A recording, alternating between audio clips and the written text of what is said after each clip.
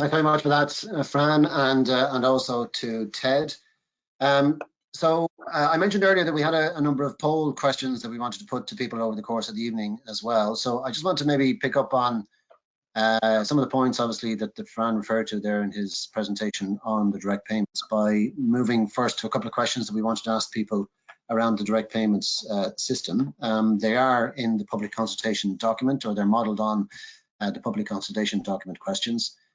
So I might ask, I think, is it David or Alton, I think, are going to throw up the questions for us here so that we can get responses from people to these particular polling points.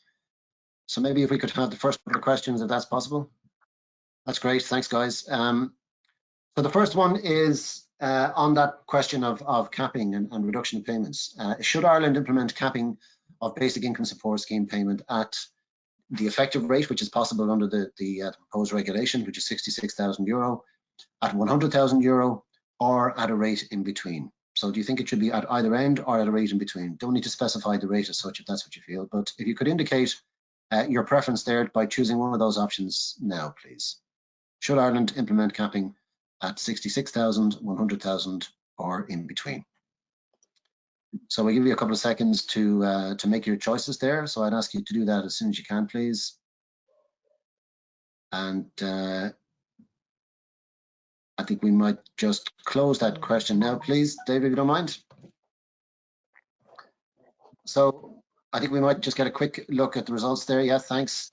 So the responses have said 75% feel that we should implement capping at €66,000, 14% feel €100,000, and 11% go for a rate in between. So thanks very much for those responses, folks. I'm going to move on to the next question then. If you could put that, yep, great, thanks guys. And this one is on internal convergence. So as I mentioned earlier, around the options on internal convergence has to move to a minimum of 85% by 2026 of the national average payment entitlement value. Do you feel that we should stop at that point at 85%, or should we use the flexibility to go to a higher percentage? So we're putting a couple of options there, 90, 95, or 100%. So you might vote on which option you prefer there, again, please, if you don't mind. So should we stop at 85% or look at the possibility of moving to either 90, 95, or 100? You might indicate your preference now, please.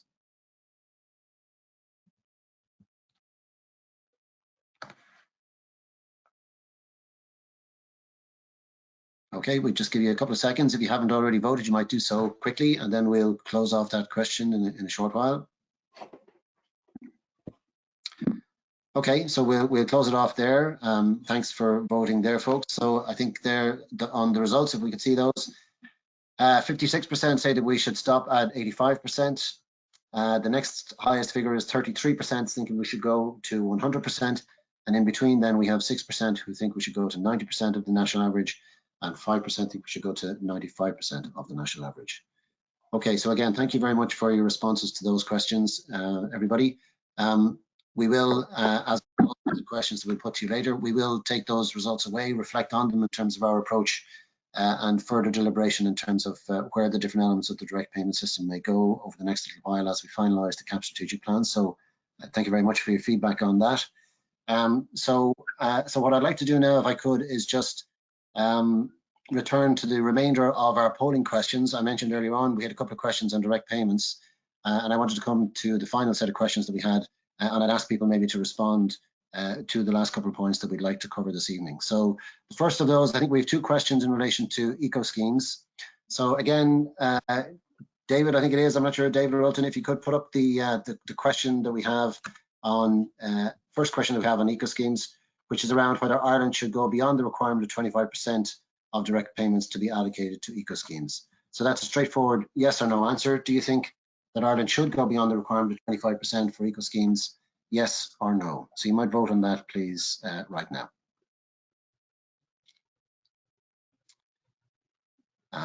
And we give just another couple of seconds, so if you haven't voted, please do so now.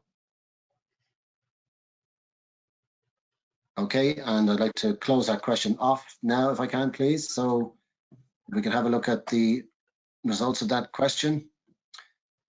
A large majority in favour of no there, feeling that Ireland should not go beyond the requirement of 25%. 74% of people have voted no and 26% have said yes to that. So thanks very much for that feedback, folks.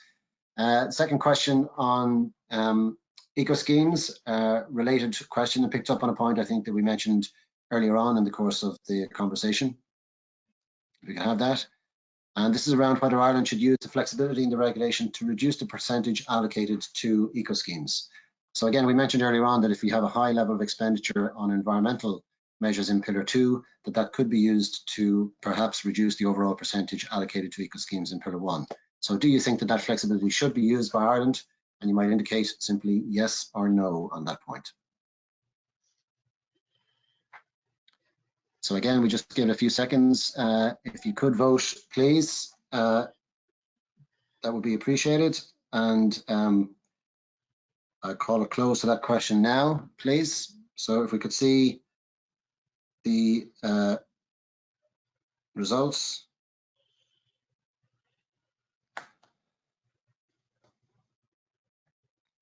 So we have 70% of people say yes, that we should use that flexibility to reduce below 25%, and 30% say no. So again, thank you very much for those responses. We have two final questions. One is in relation to gender balance, picking up on, again, on a couple of the points that we've seen coming through on the questions earlier. And again, a very straightforward question. Do you think that we should have a specific intervention in the strategic plan to support gender equality in farming? Yes or no? So again, straightforward answer. If you could indicate yes or no, please, now. Should there be a specific intervention to support gender equality?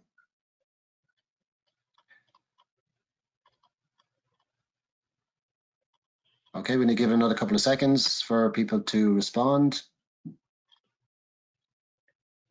Okay, so we'll maybe close that question now, please. And look at the results. 59% of respondents have said yes, we should have specific intervention, and 41% have said no. Okay, so again, thank you very much for those responses. And our final question then of our poll this evening relates to biodiversity in particular, which is I suppose an important theme in the overall environmental lean that the new CAP will take in terms of promoting biodiversity, water quality and other environmental issues. So would you be willing to create non-productive features or areas on your farm in order to improve biodiversity? Again, straightforward answer to this one, yes or no. Would you be willing to create those areas to support biodiversity on your farm? If you could indicate yes or no now, please.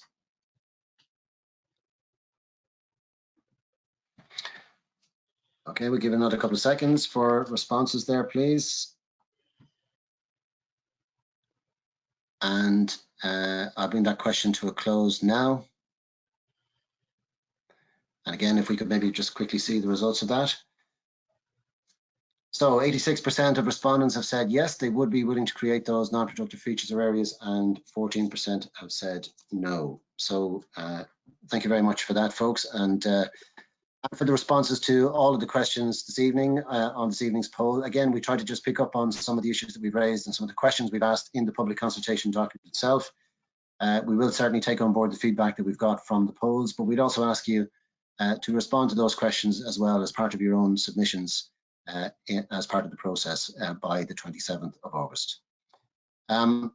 So many thanks again for that. I think it just remains for me to bring proceedings to a close. I want to thank everybody for their participation this evening. I think we had in the region of 250, 300 participants again this evening. So thank you very much, everybody, for your attention and for your participation. Again, apologies, couldn't get around to everybody on all the questions and hands that were raised, but I hope that we managed to achieve a reasonable balance and picked up on most of the main issues that people have raised. Thanks very much to those who did ask questions. Thanks to all my colleagues here, particularly to Fran and Ted for their presentations this evening, but to everybody who responded to questions and comments that all of the participants made, and that's very much appreciated. And again, I would ask all of you to please follow up on the discussion this evening by making submissions to the consultation process by the end of August. And as I mentioned earlier, we will have the presentations from this evening online on the department's website, together with the public consultation elements that are already there. We'll also publish all the questions and comments that were made this evening, as we have done for the last 2 evenings, and we will have segments from this evening's proceedings available on the department's YouTube channel if people want to refer back to the responses that we've given to those questions as well. So that's it, I think, from ourselves. Thanks again to everybody for participating. Please do participate in the process and pass on the word to others if you could spread the message to try and get people to participate. We would genuinely like to hear everybody's views on what you think about the interventions that we've proposed, but more generally in terms of the wider balance that we're trying to achieve in the CAP strategic plan. So we look forward to getting those from you, and we will be in touch with stakeholders subsequently after the close of the public consultation to let people know the next steps in the process. So thanks again for your participation, and take care. All the best.